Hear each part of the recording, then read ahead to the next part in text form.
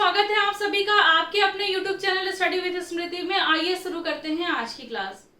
आज की क्लास में मैं प्रैक्टिस सेट कराने वाली हूँ। इस प्रैक्टिस सेट की खास बात यह है कि इसमें मैंने वैसे क्वेश्चन को शामिल किया है जो झारखंड की जनजातियों से संबंधित हैं और झारखंड की कला और संस्कृति से संबंधित हैं। ये बहुत ज़्यादा इंपॉर्टेंट हो जाता है उन सारे स्टूडेंट के लिए जो झारखंड एसएससी सीजीएल और झारखंड पीएससी की तैयारी कर रहे हैं। लेकिन क्लास को शुरू करने के पहले उम्मीद करती हूँ कि आप सभी अपने अपने घर में स्वस्थ होंगे, सुरक्षित होंगे और सरकार के द्वारा दिए जा रहे दिशा निर्देशों का सही तरीके से पालन कर रहे होंगे। और माफी चाहूंगी कि पिछले 2 दिन से मैंने क्लास को नहीं दिए।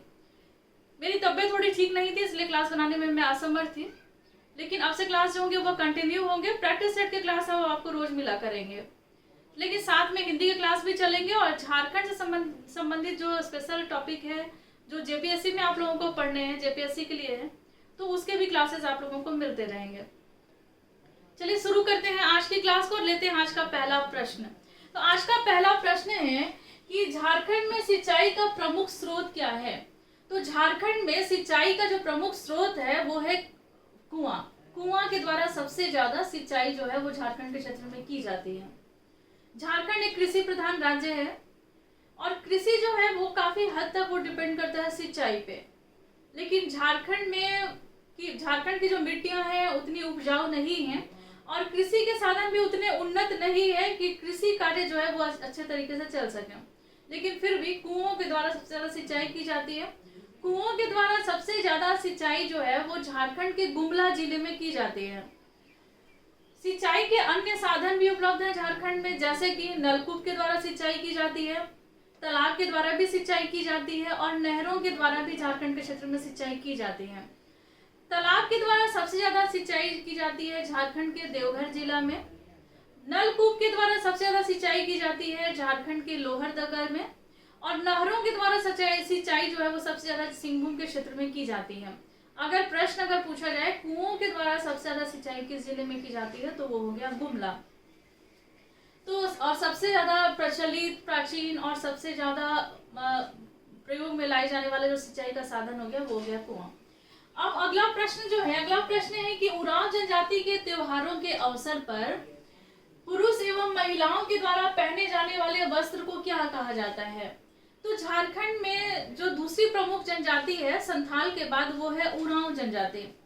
उरांव जनजाति का जो केंद्रन है वो है छोटानागपुर का क्षेत्र और साथ में पलामू के क्षेत्र में भी उरांव जनजाति जो है वो काफी अधिक संख्या में पाई जाती है। इनके जो प्रमुख त्योहार है वो है कर्मा और सरहुल और भी अन्य त्योहार भी ये काफी धूमधाम से मनाते हैं। और इन त्योहारों के अवसर पे महिलाओं और पुरुषों के द्वारा जो विशेष प्रकार के वस्त्र धारण किए जाते हैं तो उसके नाम भी अलग अलग है और यही प्रश्न में पूछा जा रहा है। तो पुरुष के द्वारा जो वस्त्र धारण किया जाता है उसको कहते हैं केरिया और महिलाओं के द्वारा जो वस्त्र धारण किया जाता है उसको कहते हैं खनरिया। यहाँ से प्रश्न पूछा जा सकता है। उरांव जनजाति से संबंधित कुछ और भी इम्पोर्टेंट फैक्ट है वो भी मैं आपको बता दूं। ये द्रविड़ प्रजाति की जनजाति है उरांव जनजाति। ये खुद को कुडुक कहलाना पसंद करते हैं। कुडुक इनकी भाषा भी है। इनमें एक युवा गृह का प्रचलन है। युवा गृह एक ऐसा प्रशिक्षण संस्थान होता है जहाँ पर जनजातियों के जो बच्चे होते हैं वो वहां जाते हैं और अपनी अपनी जनजातियों के वो जो परंपराएं हैं, रीति रिवाज है उसको वो वहां सीखते हैं। एक तरीके से वो हॉस्टल की तरह होता है। और उरांव जनजाति में भी इस युवा गृह का प्रचलन है और उस युवा गृह को धुमकड़िया के नाम से जाना जाता है। धुमकड़िया। और इसके बारे में भी मैंने बहुत काफी डिटेल में बता रखा है, यहाँ से भी प्रश्न पूछा जा सकता है।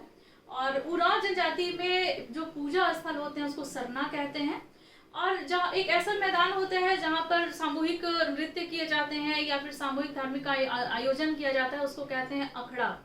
अखड़ा इनका विशेष स्थल होता है। सरना जो होता है वो पूजा स्थल होते हैं और इनमें निषेध भी है, जैसे कि कुछ ऐसे कार्य क्रियाकलाप होते हैं जिसको निषेध माना जाता है, जिसको करना नहीं है। तो उरांव जनजाति में बंदर को मारना या खाना जो है वो निषेध किया गया है। अब आप जानेंगे अगला प्रश्न है कि खरवार जनजाति की पंचायत को क्या कहा जाता है।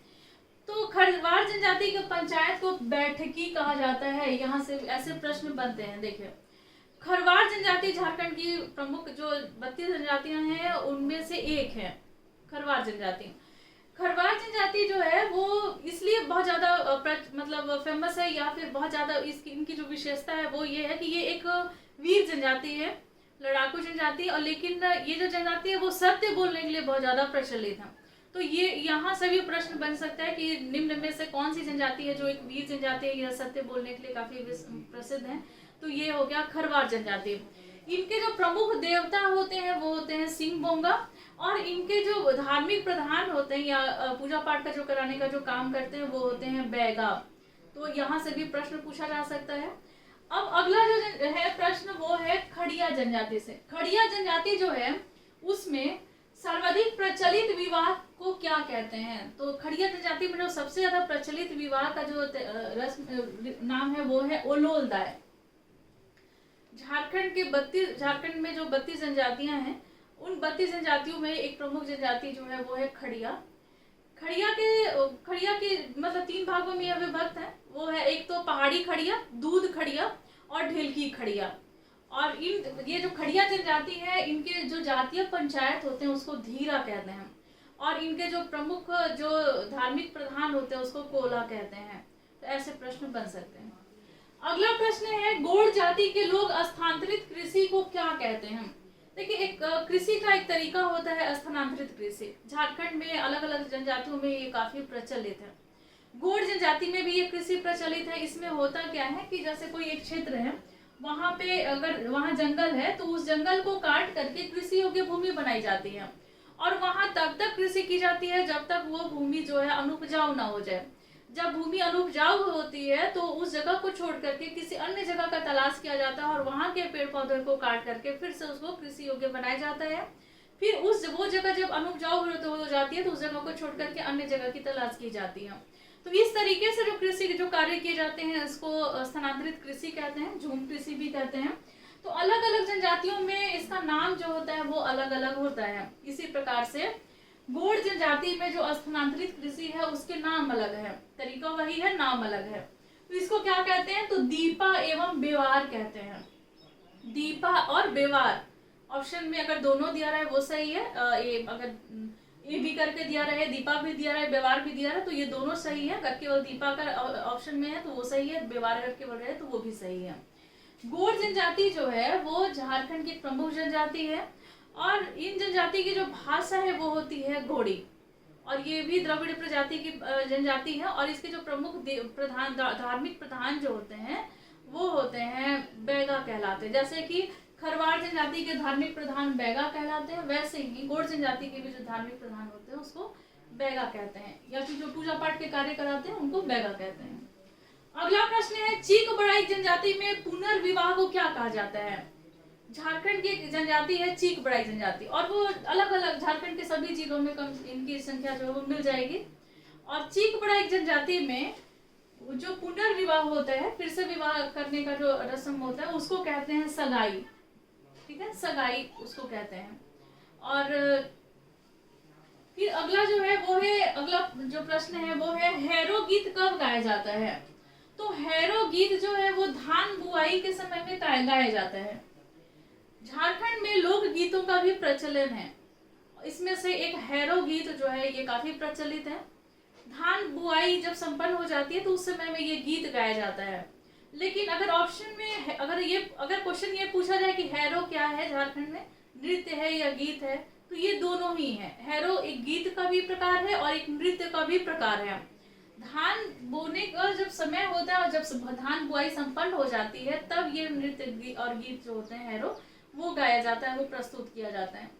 इस नृत्य में या इस गीत में महिला और पुरुष ये दोनों शामिल होते हैं। ऐसा नहीं है कि पुरुष प्रधान नृत्य है या गीत है या महिला प्रधान नृत्य है या गीत है, इसमें दोनों ही शामिल होते हैं। और ये नृत्य हैरो जो है वो नृत्य का भी एक प्रकार है और ये गीत का भी एक प्रकार है, और ये झारखंड का लोक गीत है। तो हैरो। अगला प्रश्न है धोबिया नृत्य में किस रस की प्रधानता होती है? अलग अलग नृत्य का भी प्रचलन है झारखंड में, अलग अलग जनजातियों में अलग बहुत सारे ऐसे नृत्य हैं जो किए जाते हैं। तो धोबिया उसमें से एक है। धोबिया नृत्य में श्रृंगार रस की प्रधानता होती है। अगला प्रश्न है कि नाचनी किस प्रकार का नृत्य है? तो ये एक पेशेवर नृत्य है नाचनी। अगला प्रश्न है कि कोल जनजाति को झारखंड की अनुसूचित जनजाति में शामिल कब किया गया या उसको मान्यता कब मिली? तो ये वर्ष था 2003 का। 2003 में कोल जनजाति को अनुसूचित जनजाति के रूप में मान्यता मिल गई और ये झारखंड की 32वीं जनजाति है। ये भी प्रश्न पूछा जा सकता है कि झारखंड की 32वीं जनजाति का दर्जा किस जनजाति को मिला है? तो ये है कोल जनजाति और 2003 में इसको मान्यता मिली। अगला प्रश्न है कि केदारनाथ साहू किस नृत्य के प्रसिद्ध कलाकार हैं? तो केदारनाथ साहू जो हैं वो छऊ नृत्य के प्रसिद्ध कलाकार हैं। छऊ नृत्य जो झारखंड की सबसे ज्यादा प्रचलित नृत्य है, इसका विदेशों में भी मंचन होता है छऊ नृत्य का। और इसका जो क्षेत्र है छऊ नृत्य के, या फिर आप उसको वहां से उसका जन्म ही कहिएगा कि वहीं से उसका जन्म हुआ, तो वो हो गया सरायकेला खरसावां का क्षेत्र। युद्ध के समय में इस प्रकार के नृत्य जो है वो किए जाते थे और वीर रस की इसमें प्रधानता होती है छऊ नृत्य में। मुखौटे को लगा करके ये छऊ नृत्य जो है वो पेश किया जाता है और ये पश्चिम बंगाल, उड़ीसा और भी अन्य क्षेत्रों में भी काफी फेमस है, लेकिन झारखंड की ये सबसे प्रमुख नृत्य है छऊ नृत्य। अगला जो प्रश्न है वो है थाला किस प्रकार का वाद्य है? तो थाला जो है वो कांसे, मतलब वो एक वाद्य यंत्र है जो जिसमें कांसे की थाली का प्रयोग किया जाता है। अगर ऑप्शन में दिया रहा है कि कांसे की थाली का प्रयोग किया जाता है थाला मतलब वाद्य यंत्र में, तो ये इसका ऑप्शन जो होगा कांसे का थाली का प्रयोग किया जाता है, ये सही होगा। इस थाला जो होता है वो किस तरीके से बनाया जाता है इस वाद्य यंत्र को? तो एक कांसे की थाली होती है गोल, उसके जो किनारे होते हैं 2 से 3 इंच जो होते हैं वो निकले होते हैं। उस थाले में बीच में एक छेद किया जाता है और उसमें रस्सी बांधी जाती है। उसको बाएं हाथ से पकड़ा जाता है और दाहिने हाथ से ऐसे तो दिया हुआ है कि जो मक्के का भुट्टा जो होता है उसका जो खुकड़ी होता है उससे वो बजाया जाता है थाले को, और उससे जो साउंड निकलता है तो वो एक प्रकार बहुत ही अच्छी ध्वनि होती है। उस वही वाद्य यंत्र को थाला कहते हैं और इसमें किसका प्रयोग किया जाता है? कांसे की थाली का प्रयोग किया जाता है इस थाला जो वाद्य यंत्र है उसमें, और झारखंड में ये काफी प्रचलित है। अगला जो प्रश्न है वो है कि किस जनजाति की विवाहित बेटियां सरहुल का प्रसाद नहीं लेती हैं? तो झारखंड में एक मुंडा जनजाति है, तो मुंडा जनजाति की जो विवाहित बेटियां हैं, ऐसी बेटियां जिनका विवाह हो गया है, तो वो विवाहित बेटियां जो है वो सरहुल का प्रसाद नहीं लेती हैं। मुंडा जनजाति का प्रमुख त्योहार है सरहुल और उसका वो प्रसाद नहीं लेंगी, तो भी किसमें हो गया? मुंडा जनजाति में। मुंडा जनजाति खुद को होड़ो जगर कहलाना पसंद करते हैं और इनकी भाषा जो है वो मुंडारी है और उसको होड़ो जगर भी कहीं कहीं लिखा रहता है कि होड़ो जगर भी कहते हैं मुंडारी भाषा को।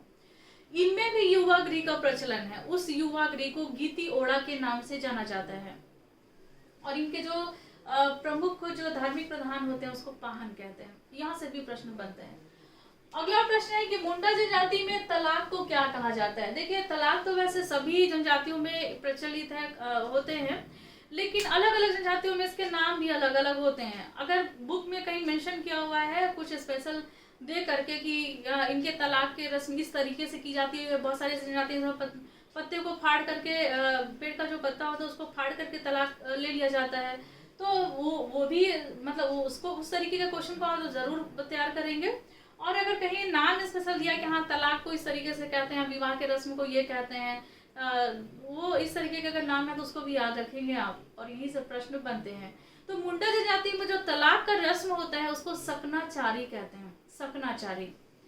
अगला प्रश्न है कि लोरकायन गीत में किस रस की प्रधानता है? तो लोरकायन गीत में वीर रस की प्रधानता है। अगला प्रश्न है कि झारखंड की कौन सी जनजाति खुद के को विंध्यवासी कहते हैं? तो झारखंड में एक जनजाति है बिजिया जनजाति, ये खुद को विंध्यवासी कहते हैं। अगला प्रश्न है कि कोरवा जनजाति में पंचायत को क्या कहा जाता है? तो कोरवा जनजाति में पंचायत को भैयारी के नाम से जाना जाता है। अगला प्रश्न है कि डायन प्रथा निषेध विधेयक कब पारित हुआ? तो डायन प्रथा निषेध विधेयक जो है ये 2001 में पारित हुआ। झारखंड के क्षेत्र में जो जनजातियां जो हैं उनमें एक प्रथा है मतलब एक तरीके से अलग अलग जनजातियों में मतलब ये जनजातियों की समस्या, आप इसको ले लेंगे कि एक समस्या, बहुत बड़ी समस्या बनती जा रही है, वो है डायन प्रथा। इसका प्रचलन तो बिल्कुल भी नहीं होना चाहिए और इसका निषेध करना चाहिए, और इसके खिलाफ बहुत सारे कानून बन चुके हैं झारखंड के क्षेत्र में कि इस प्रथा को खत्म करना है। लेकिन फिर भी झारखंड की जनजातियों में ये प्रथा प्रचलित है, वो है डायन प्रथा। तो डायन प्रथा के प्रतिषेध के लिए एक विधेयक पारित हुआ है 2001 में, जिसके अनुसार बहुत सारे नियम कानून बनाए गए हैं कि अगर किसी को डायन कह के प्रताड़ित किया जाता है, उसके साथ अभद्र व्यवहार किए जाते हैं या उसको मारा पीटा जाता है। कभी कभी ऐसा भी होता है कि किसी महिला को या पुरुष को डायन कह करके उनकी जान भी ले ली जाती है, उनकी हत्या करती जाती है। तो इस घटना को खत्म करने के लिए कि ऐसी कोई घटना ही ना घटे, तो इसके लिए एक विधेयक पारित किया गया, वो 2001 में वर्ष था 2001 का। तो एक समस्या है बहुत बड़ी झारखंड की जनजातियों में, डायन प्रथा जो है वो। और अगला प्रश्न है कि अल्लाह उदल के वीर, मतलब अल्लाह उदल को वीर पुरुष के रूप में कौन सी जनजाति जो है वो जानती है।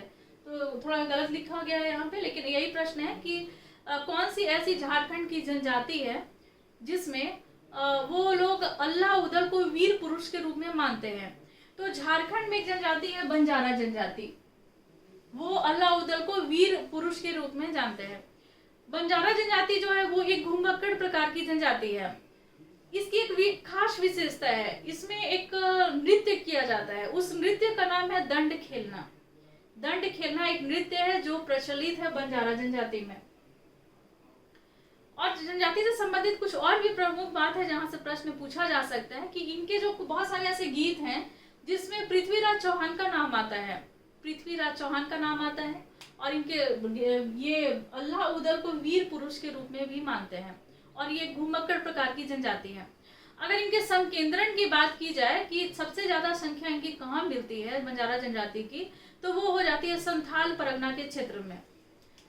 अगला प्रश्न है कि लक्ष्मी रानी मांझी किस खेल से संबंधित है। देखिए स्पोर्ट्स के क्लासेस मैंने ले रखे हैं, उसमें मैंने आपको ये बताया है कि अलग अलग स्पोर्ट्स में जो संबंधित जो महिला है या पुरुष हैं, जो जिनके नाम बहुत कम सुनने में मिलते हैं या फिर बहुत ज्यादा फेमस हैं, सभी आपको पढ़ने हैं। इसमें एक नाम आता है जो तीरंदाजी से संबंधित है, वो है लक्ष्मी रानी मांझी का।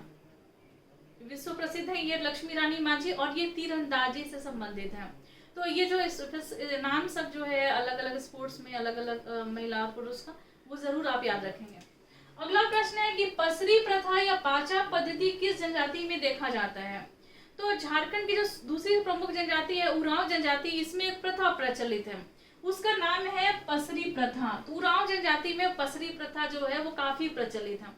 तो ये पसरी प्रथा है क्या, देखिए इसमें है क्या कि जो उरांव जनजाति है, तो जब ये कृषि का कार्य जब करते हैं तो एक दूसरे का मदद करते हैं। तो उस मदद में क्या होता है, जो हल और बैल दे करके वो मदद करते हैं या कृषि कार्य से संबंधित कुछ और भी मदद करते हैं।